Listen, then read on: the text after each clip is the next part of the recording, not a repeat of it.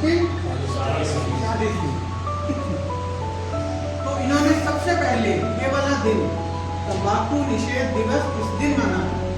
इसलिए मनाया ताकि लोगों को तंबाकू के नुकसान के बारे में जागरूकता बनाई जाए और इससे कैसे बचा जा सकता है इसके बारे में जागरूकता फैलाई जाए। तो पहली बात तो मनाएगा, इन्होंने कहा कि भाई चलो एनिवर्सरी है, वर्षगांठ है, उसी दिन मना लेते हैं, उसी दिन ऐसे होकर। तो जब खबर करी तो इन्होंने देखा कि भाई समस्या तो बहुत बड़ी है ये, तब इसको मनाया गया, एक दिन रखा गया, कौन सा 31 मई, परमानेंट डे। इन्होंने कहा पूरे विश्व में ही ये अभियान चलाया जाएगा। ठीक है, कहाँ ये खाली उसी दिन मनाने के चक्कर में थे 7 अप्रैल को, लेकिन जब आंकड़े देखे उससे पहले अलग अलग करके तो देखते नहीं थे, अनुमानित आंकड़े।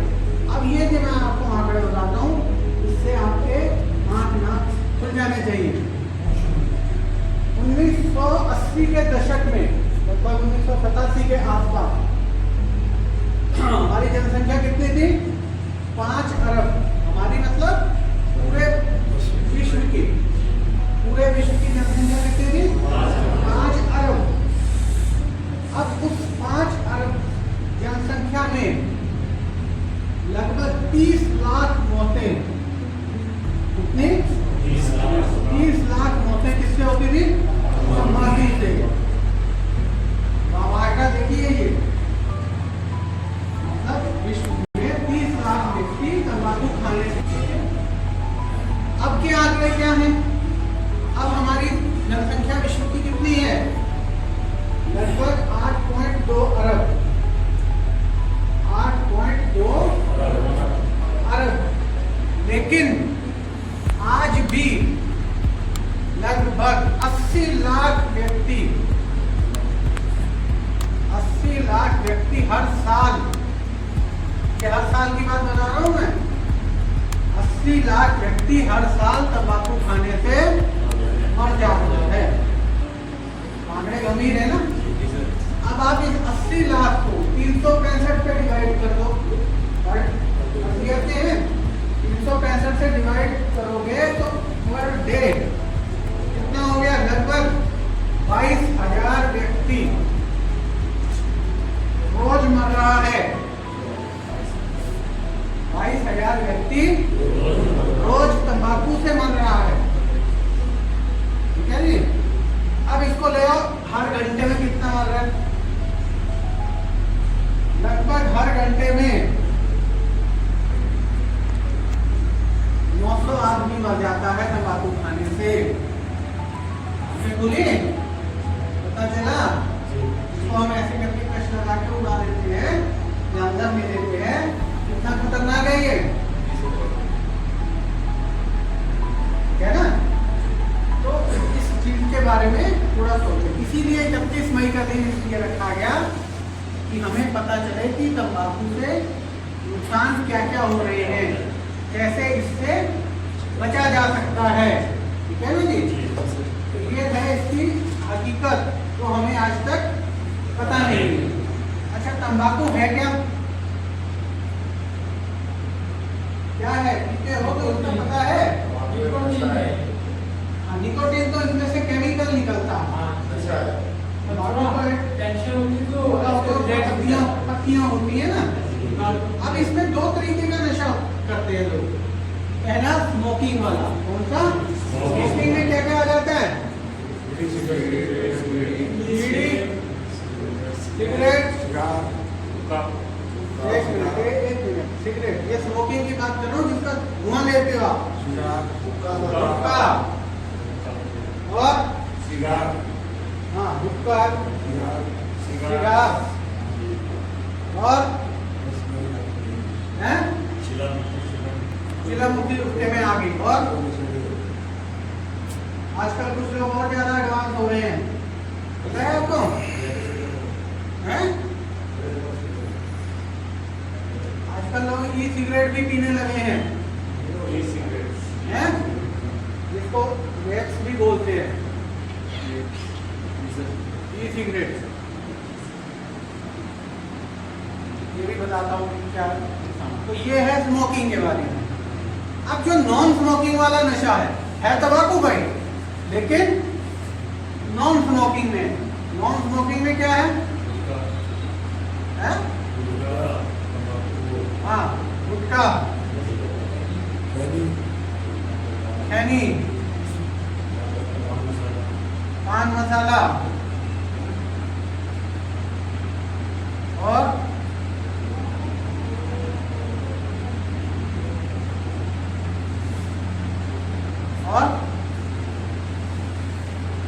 खाते लोग, है ना, ज्यादा। ये तो स्मोकिंग वाला हो गया, ये नॉन स्मोकिंग हो गया। अब होता क्या है ये देखिए, ये जो तंबाकू है तो पत्तियां होती हैं, अब इसको जलाया तो इसका लोग इसको क्या करते हैं? अंदर लेते हैं स्मोक को, ठीक है। अब इससे होता क्या, चाहे वो ऐसे करके ले चाहे वो नॉन स्मोकिंग में ले, ठीक है, होता क्या है इसमें केमिकल निकलता है निकोटीन। अब निकोटीन क्या करता है? आप लोगों के दिमाग में डोपामिन का लेवल बढ़ा देता है। डोपामिन मैंने पहले कई बार बताया है, जिसको नहीं पता है, एक न्यूरोट्रांसमीटर है जिसको हैप्पी हार्मोन बोलते हैं। उससे क्या है, हमें लगता है कि बड़ा आनंद आ रहा है। आ किससे रहा है? डोपामिन की वजह से। सिगरेट ने उस डोपामिन के लेवल को राइज कर दिया, ठीक है। अब समझने वाली बात यह है, डोपामिन आपका और भी चीजों में राइज हो सकता था। आप फुटबॉल खेल लो, आप जिम कर लो, आप बैडमिंटन खेल लो, आप अपनी मनपसंद की गार्डनिंग कर लो, पेंटिंग कर लो, डोपामिन आपका तब भी राइज हो जाएगा। लेकिन हमें क्या आदत पड़ गई? डोपामिन राइज किससे कर रहे हैं? निकोटीन से हो रहा है, जो कि हमें नुकसान कर रहा है, ठीक है ना। अब होता क्या है, वो डोपामिन का लेवल राइज होता है, हमें आनंद आता है, मजा आता है, और हमारा दिमाग इसको दोबारा लेना चाहता है, ये वाला मजा दोबारा लेना। अब वो जो दोबारा लेने वाला चक्कर है, ये हमें धीरे धीरे लत में पहुंचा है। क्लियर? कैसे एक जो पहला कॉफ लिया, उससे कैसे हम लत में पहुंच गए, ठीक है। अब देखिए, इसमें एक सबसे बड़ी इंपॉर्टेंट चीज है जो लोग इसको समझाते हैं, एडिक्शन बनती कैसे। इसमें बायोलॉजिकल चेंजेस भी आते हैं, साइकोलॉजिकल भी आते हैं, बिहेवियरल भी होता है, ठीक है ना, और सोशल भी होता है। ये सारा एडिक्शन की वजह है। कैसे? देखिए, अब होता क्या है, व्यक्ति क्या समझता है? आप लोग सिगरेट पीते हो, क्या समझते हो? इससे मेरा तनाव दूर होगा, इसीलिए पीते ना लोग, इससे मेरा टेंशन दूर हो जाएगा, और टेंशन का कोई लेना। लेकिन अगर मैं ये टेंशन किसी काम की हो सकती है, लेकिन आपको जो डिस्कम्फर्ट होता है ना, जो डिस्ट्रेस होता है, डिस्ट्रैक्शन होती है, वो किस चीज की होती है? आप अपने काम में लगे हुए, ठीक है, काम कॉम्प्लिकेटेड है, लेकिन जैसे ही आपके दिमाग में एक विचार आया ना कि यार मुझे सिगरेट पी लूं पहले, फिर आप क्या करते हो? फिर आपकी सारा का सारा, हमने मन में पड़ा था ना, जब मन पड़ा था, आप बस में बैठने लगे हो, आप आराम से बैठे हो, आपके 3 घंटे 4 घंटे बस में आराम से निकल जाएंगे, आपको कोई पेशाब की कोई इच्छा नहीं होगी। लेकिन अगर किसी ने, बगल वाले ने कह दिया यार बस चलने वाली, मैं पेशाब होके आ जाऊं, तो आपको भी लगेगा यार मैं भी फ्री हो ही जाऊं, है ना, कहीं पता नहीं फिर कहाँ रुकेगी बस। और बाय द वे आप नहीं जा पाए तो आपको बार बार लगेगा कि यार काश हो ही आता, अब पता नहीं बस क्यों आपका ध्यान बार बार वहां जाता। ऐसे आप दिन भर में भी देखना, अब 4-4 घंटे पेशाब नहीं जाते हो, लेकिन अगर दिमाग में आ गया कि यार पेशाब जाना था, गया नहीं, फिर आपको हर थोड़ी देर में लगेगा पेशाब, ठीक है ना। अच्छा, मान लो बहुत तेज आया भी होगा, लेकिन आप किसी ऐसे काम में आपका मन लग गया, आप फिर भूल गए, आप अपने काम में लगे। ऐसे ही ये है, आप अपने काम में लगे हो, आपके दिमाग में आ गया कि मुझे सिगरेट पीना। अब वो जो सिगरेट पीने वाला विचार है ना, वो आपका ध्यान भंग कर रहा है, वो आपको डिस्ट्रैक्ट कर रहा है, वो आपको डिस्कम्फर्ट दे रहा है। डिस्कम्फर्ट मतलब असहजता। असल में वो असहजता दे रहा है ना कि आपका काम जो था वो नहीं, कर रहे हैं, चले यार पहले वहां से ले आओ, तो आप डिस्ट्रैक्ट हो गए, आपका ध्यान भंग हो गया, ध्यान भटक गया। अब क्या है, आपने वहां से सिगरेट ले ली, ठीक है, आपने सिगरेट ले ली और आपने एक कसी लगा ली। अब आपको लगा कि मेरा टेंशन दूर हो गई, टेंशन ही दूर हुई, वो जो सिगरेट ने ही पैदा करा था असहजता, खाली वो दूर हुई, ठीक है ना। जो खुद सिगरेट की सोच नहीं करी थी, खाली आपका वही चीज दूर हुई, वही असहजता दूर हुई, बाकी तो स्ट्रेस जो काम करे वो वही का वही पड़ा। क्लियर, ठीक है। ऐसे ही लोगों के दिमाग में क्या, सिगरेट पीऊंगा तो कंसंट्रेशन बढ़ जाएगी, काम में ध्यान मेरा बढ़ जाएगा, है ना। बच्चे भी आजकल क्या है, अरे सिगरेट पीऊंगा तो पढ़ाई कर पाऊंगा, है ना, किसी काम में लगे हुए हैं, सिगरेट पीऊंगा तब। अब इसमें भी वही चीज है, आप अपने काम में ध्यान में थे, लेकिन एक विचार आ गया कि सिगरेट पी लूंगा, तो सिगरेट ने आपका ध्यान भटका दिया, किससे, उस काम से भी भटक गया ना आपका ध्यान। अब आप लग गए कि सिगरेट का, जैसे आपको काम कर रहे हो, आपको लगा कि एक पैक ले लूंगा, अब आपका सारा ध्यान कहाँ चला गया, यार कहीं ठेके वाला बंद ना हो जाए, ठेका बंद ना हो जाए, यार पैसे तो कम है, बाकी पैसे क्या मैं जुगाड़ करूंगा, या दोस्त से फोन करता हूँ, तो क्या हुआ, आप काम से आपका ध्यान हट गया, ठीक है ना। अब जब आपने वो कर लिया, अब आपको लगा यार कि मेरी कंसंट्रेशन बढ़ गई, अरे भैया वो जो ध्यान हटाया था वो भी तो इसकी सोच ने हटाया था, काम ने थोड़ी आपको कोई रोका, ठीक है ना। तो खाली ये टेम्परेरी रिलीफ जो आपको मिलता है, अगर स्ट्रेस दूर होनी होती तो इसका मतलब वो स्ट्रेस दोबारा ना आती, लेकिन आप सिगरेट पी लेते हो, थोड़ी देर बाद आपको फिर पीने की जरूरत पड़ती है, क्योंकि वो टेम्परेरी रिलीफ था, ठीक है। अब एक बड़ी अच्छी थ्योरी बताता हूँ तुम्हें इसके बारे में।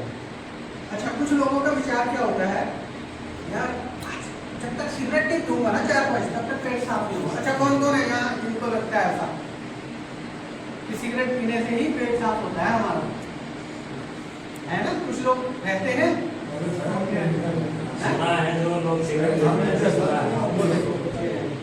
तो क्या है लगता था, हाँ ना। अब तो चलो यहाँ अच्छी बात है, लोग क्या सोचते हैं, जब तक 4-5 सिगरेट नहीं पी लोगे ना पेट नहीं साफ होगा, सिगरेट नहीं पी लोगे कंसंट्रेशन नहीं होगा। सिगरेट चाय पीनी है तो साथ में एक सिगरेट तो पीनी ही पीनी। आजकल लोग ना चाय से पहले सिगरेट, शराब से पहले सिगरेट, दोस्त आ गए हैं तो एक cigarette.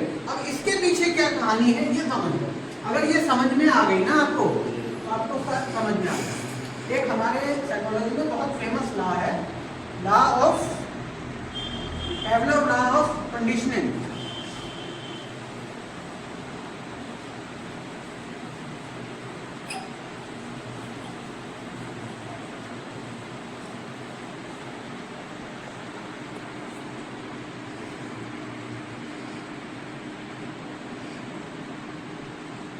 Pavlov law of conditioning।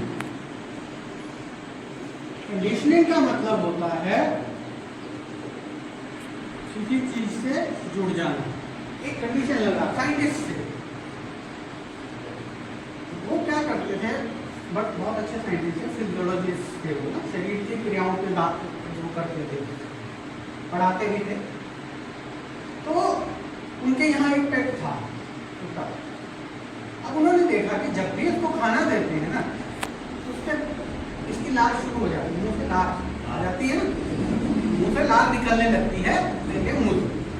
अब इन्होंने उस पर एक्सपेरिमेंट किया, तो उसको क्या बोलते हैं, पैवलोव लॉ ऑफ कंडीशनिंग, उनका नाम पैवलोव था। अब उन्होंने क्या करा कि अब वो रोज खाना देने जाते थे, देखते थे कुत्ते पे लार निकल रही है मुंह से। अब उन्होंने क्या करा, इस पर एक्सपेरिमेंट करना चाहा, प्रयोग। अब प्रयोग क्या किया उन्होंने, मुंह में ना पाइप वगैरह लगा दी, नापने के लिए कि कितनी लार निकलती है, लग के पाइप सब सेटअप हो गया। अब जब भी वो खाना देने जाते हैं, उससे कुछ सेकंड पहले घंटी बजाते हैं। खाना देने गए, उससे कुछ सेकंड पहले, वहां पहुंचने से पहले 30 सेकंड पहले एक घंटी बजाते। एक दिन हुआ, 2 दिन हुआ, तीसरे दिन से क्या होने लगा, जैसे ही घंटी बजती कुत्ते के मुंह से लार निकलनी शुरू हो जाती, ठीक है ना। लेकिन घंटी बजते ही उसके मुंह से लार निकलनी शुरू हो जाती। फिर उन्होंने बताया पाइप वाइप लगा दी ना कि हाँ भाई लार तो उतनी ही निकलनी जैसे वैसे था खाना देने पे। तो क्या करा, उसके दिमाग ने घंटी को और खाने को जोड़ दिया कि घंटी बजेगी तो खाना भी डालेगा। ऐसे ही हमारे दिमाग ने कंडीशनिंग कर ली है कि सिगरेट पीऊंगा तो पेट साफ होगा, सिगरेट पीऊंगा तो कंसंट्रेशन बनेगी, ठीक है ना। चाय पीनी है तो साथ में सिगरेट पीनी है, तो ये क्या है, कंडीशनिंग। अदरवाइज इसका आपस में पेट साफ होने का और सिगरेट पीने का आपस में कोई रिलेशन नहीं। क्लियर हुआ? ठीक है ना। अब जब भी आपको लगे ना कि अगर ये काम करना है तब जाकर के होगा, तो नहीं, ये हमारा दिमाग आपस में जोड़ देता है इन चीजों को। जैसे उसने जोड़ दिया कि घंटी बजेगी तो खाना आएगा, ठीक है। अब आपके दिमाग में भी घंटी क्या बजती है, सिगरेट पीऊंगा पेट साफ हो जाएगा, ठीक है। तो ये है सारी कहानी इसके पीछे, ठीक है। अब बात आती है कि लोग इसी चक्कर में ना स्ट्रेस में और इन सब में क्या करने लगते हैं ये। अब इसमें क्या होता है, ट्रिगर होता है सबसे पहले, ठीक है जी। ट्रिगर मतलब जिस चीज से कोई उत्तेजना पैदा होती है, फिर उससे क्रेविंग आई। जैसे एक